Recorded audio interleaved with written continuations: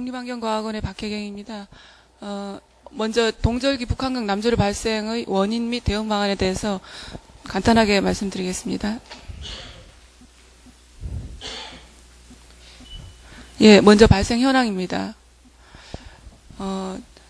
11월 중순부터 북한강 상류의 의암댐 그리고 청평댐 일대에서 냄새 물질이 발생을 했고요. 그 냄새 원인은 남조류인 아나베나 스피로이데스가 생산하는 지오스민으로 밝혀졌습니다.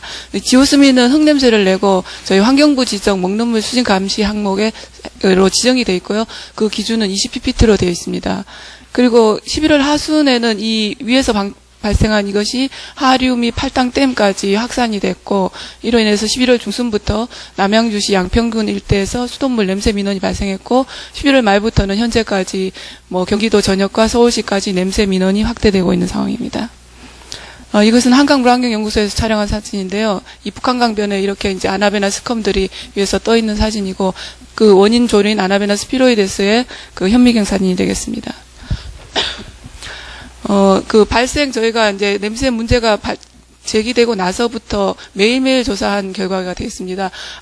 원인 남조류인 아나베나 스피로이데스의 현존량인데요. 보시다시피 11월 29일에 거의 대부분의 지역에서 최고 높은 개체수를 보이다가 그 이후에는 서서히 감소하고 급격하게 감소한 후에 약간 증감이 있긴 하지만 지금은 거의 감소해서 의암호 같은 경우는 12월 14일부터는 남조류가 이제 사라졌고요. 청평댐이나 팔당호 정도에서는 조류주의보 기준인 500 세포 이하로 지금 나타나고 있습니다.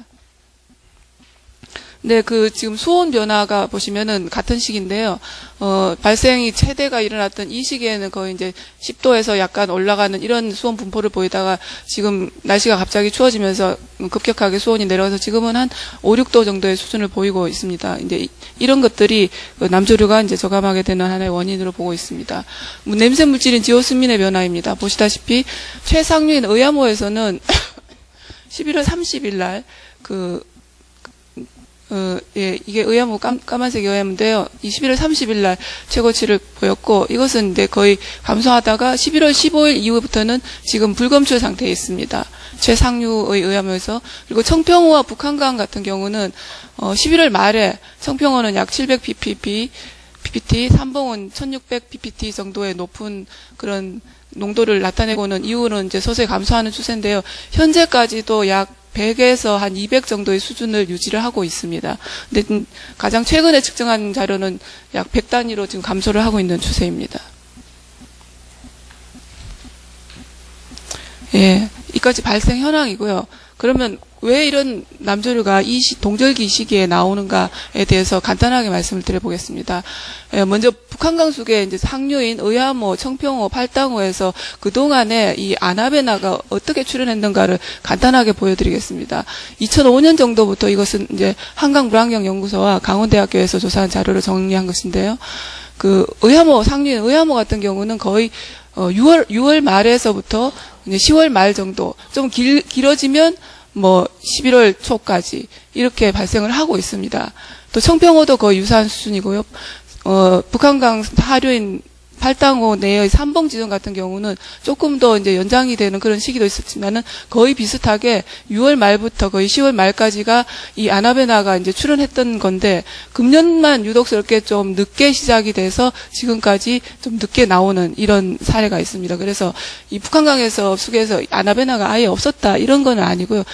상시적으로 좀 나오고 있긴 했지만 금년이 좀 유난스럽게 동절기에 나왔다 이렇게 보시면 되겠습니다.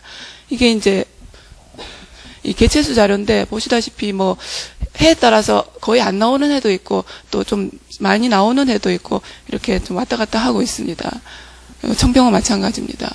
그래서 왜 그러면 금년도에 이렇게 동절기에 많이 발생을 했는가에 대한 좀 분석을 단순 좀 해봤습니다. 그랬더니 금년도 9, 10월 그러니까 가을철의 강류량이 예년 평균, 5년간의 평균에 비해서 상당히 낮습니다. 한 69% 정도밖에 미치지 못하고, 반면에 11월의 기온은 예년에 비해서 한 3도 정도 높게 나타나고 있습니다. 그래서 이 강우량이 줄어들면서 방류량 역시 상류의 의암댐, 청평댐, 팔당댐까지 상당히 감소를 하고 있습니다. 그래서 이런 원인에 의해서 좀 이 시기 이후에 그 남조류가 발생하지 않았나 보고 있고, 또 하나의 중요한 팩터로 보고 있는 이 필수 영양염인 인산염인의 농도도 예년 평균에 비해서는 2011년도에 의암호도 그렇고 청평호도 그렇고 이 연평균 값인데 좀 높게 나타나고 있습니다. 이런 것도 하나의 인자가 아니었나 보고 있습니다.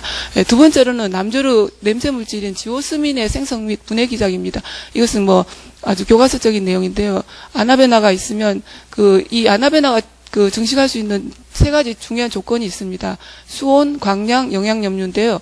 이 세 가지 조건에서 이 조성이 되면 바로 이제 대량 번식을 해서 녹조 현상이 일어나고, 이것이 이제 시일이 오래되면 노화가 되거나 또는 세균에 의한 분해를 받아서 사멸하게 되면, 세포가 깨지면 이제 몸속에 그 세포 안에 들어있던 냄새 물질이 수중으로 유출이 되면서 되는데요. 이 수중에 유출된 이 물질은 보통 휘발이나 또는 광분해, 그리고 또 세균에 의한 생분해, 또는 그 SS 물질에 대한 흡착, 이런 경로를 통해서 일반적으로는 상당 부분이 자연 감소를 합니다.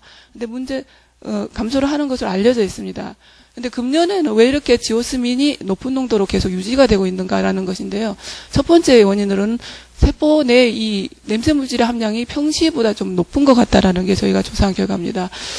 일반적으로 좀 많이 알려진 정도의 농도가 세포 안에 한 0.01 피코그램 정도가 좀 많이 알려졌는데, 얼마 전에 조사된 중국 결과에서는 0.1 피코그램 정도가 조사됐는데, 이쪽에서도 상당히 높은 함량이다라고 표현을 했었거든요. 근데 저희가 좀 대략적으로 계산을 해보면 지금 평균 이 정도의 세포 함량을 보이고 있습니다. 그래서 0.03에서 0.71 정도의 범위를 보이고 있는데, 그래서 지금 이 시기에 발생을 한 아나베나가 발생을 했고, 그 아나베나가 이 지오스민을 좀 많이 갖고 있어서 이 농도가 상당히 세포수에 비해서 높지 않나라는 생각을 좀 하고 있습니다. 그리고 두 번째는 생분해가 굉장히 느리다. 지금 수온 자체가 거의 7도, 6도 이렇게 되고 있습니다. 그래서 일반적으로 알려진 세균의 활성이 좋은 그런 높은 수온은 여름철 수온이죠. 그래서 여름철에는 아나베나가 발생을 해도 지오스민이 생분해 등의 그런 기작에 의해서 자연 감소가 활발히 일어나기 때문에 수중 농도가 빠르게 감소해서 지금처럼 이렇게 크게 냄새 문제가 터지지는 않는데, 금년에는 동절기에 이렇게 발생을 하다 보니까 낮은 수온 때문에 생분해 속도가 상당히 느려서, 그래서 남조류가 감소하는 거에 비해서 지금 지오스민 농도의 지속은 상당히 오래되고 있다. 그 원인이 아마 이런 것이 아닐까, 이런 생각을 하고 있습니다. 예. 근데 지금까지 말씀드린 이게, 수온이 올라가고, 갈수가 길어지고 하는 게 이제 기후변화 영향이다라고, 짐작을 하고 있지만, 사실 단기간 한 5, 6년의 결과를 가지고 그렇게 평가하기는 조금 어려운 부분이 있습니다. 그래서 과연 우리나라에서 이 유해조류 발생에 기후변화가 얼마나 영향을 미치는가를 간단하게 소개를 드리겠습니다. 저희 팔당호, 지금 대상이 되고 있는 팔당호인데요. 보시면 연평균 기온이 약간 증가하는, 이게 이제 거의 40년 가까운 자료를 정리를 한 건데 증가하고 있고, 특히 최고 기온의 증가보다는 최저 기온, 겨울철 기온의 증가가 확연하게 나타나고 있습니다. 약 40년의 동안에. 그리고 이것은 이제 한강대교에서 측정한 결빙 자료입니다. 결빙이 처음 시작되는 시점, 날짜인데요. 1900년대 초반부터 2000년 현재까지의 자료입니다. 근데 1900년 초반에 비해서는 굉장히, 그때는 12월 정도, 중순 정도만 돼도 한강에 얼음이 얼었던 것이 지금은 거의 1월 이 하순에 돼도 얼음이 안 얼 정도로 지금 기온이 올라가고 있다는 것을 나타내주고 있고요. 반대로, 그러면 마지막으로 얼음이 다 녹는 날짜가 되겠습니다. 마찬가지로 1900년대 초에는 한 3월까지도 얼음이 계속 지속이 되는 것으로 나타났지만, 지금은 거의 1월 달만 돼도 얼음이 많이 녹는 것으로 나타나고 있습니다. 그래서 실제 한강의 결빙이 계속되는 기간을 봤을 때는 확연히 짧아지고 있다. 이걸 만약에 이런 식으로 계속 감소 추세를 보인다면은 언젠가 조만간 가까운 미래에 한강에서는 더 이상 얼음이 겨울에 얼지 않을 수도 있다라고 보실 수가 있겠습니다. 지금 이런 것들이 결국에는 이 중부지방에서 기후변화가 어쨌든 진행이 되고 있다라는 건데요. 그래서 저희가 팔당호의 수질 자료를 가지고 그러면 영향이 나타나고 있는가를 봤습니다. 보시면 이것은 이제 양평에서 측정한 양평 측구소의 기온 자료입니다. 전체 연간 기온, 또 겨울철, 계절별 기온 모두 아주 통계적으로 유의하게 그 증가를 하는 패턴을 보여주고 있고요. 수온 같은 경우는 아무래도 좀 물의 특성상 기온처럼 이렇게 뚜렷하게 반응을 하진 않는데요. 또 연간 수온으로 봤을 때 한 20년, 30년 가까운 자료를 봤을 때 어쨌든 증가하는 추세를 보이고 있습니다. 그 중에서도 특히 가을철 수온이 좀 유의하게 증가하는 그런 추세를 보이고 있습니다. 그리고 연간 클로로필의 그 조류 현존량을 나타내는 지표인데요. 조류 현존량 역시 어쨌든 현재 한 20, 30년간의 계속 증가 추세를 보이고 있고, 특히 이 봄철에 뚜렷하게 그 클로로필의 조류가 증가하고 있다, 이렇게 나타나고 있습니다. 그래서 그 조류 현존량과 여기에 그 영향을 미치는 인자 간의 상관 분석을 했을 때 다른 인자보다도 특히 이 겨울철 기온과 그 팔당호의 클로로필레이가 상당히 유의한 그런 관계를 나타냈습니다. 그래서 겨울철 기온이 증가하면서 그 클로로필레이도 같이 증가하고 있다라는 것을 보여주는 결과인데요. 이 결과를 앞서의 그런 기후변화 결과하고 같이 연관해서 설명을 드리면, 겨울철에 그 결빙이 빨리 끝나기 때문에, 즉 해빙이 되고 물이 녹으면서 그 조류가 발생할 수 있는 그런 환경이 조금 더 일찍 조성이 되고, 그 결과 겨울철에부터 이 조류가 이제 촉발이 되면서 이것이 봄철에 이제 수온이 올라가는 봄철에 이 팔당호의 그 조류 발생이 상당히 높아지도록 하는 그런 원인이 아닐까, 이렇게 분석을 하고 있습니다. 그 뿐만이 아니라 그 여기를 그 저희가 분석한 내용 중에 또 강우에 대한 분석이 있는데요.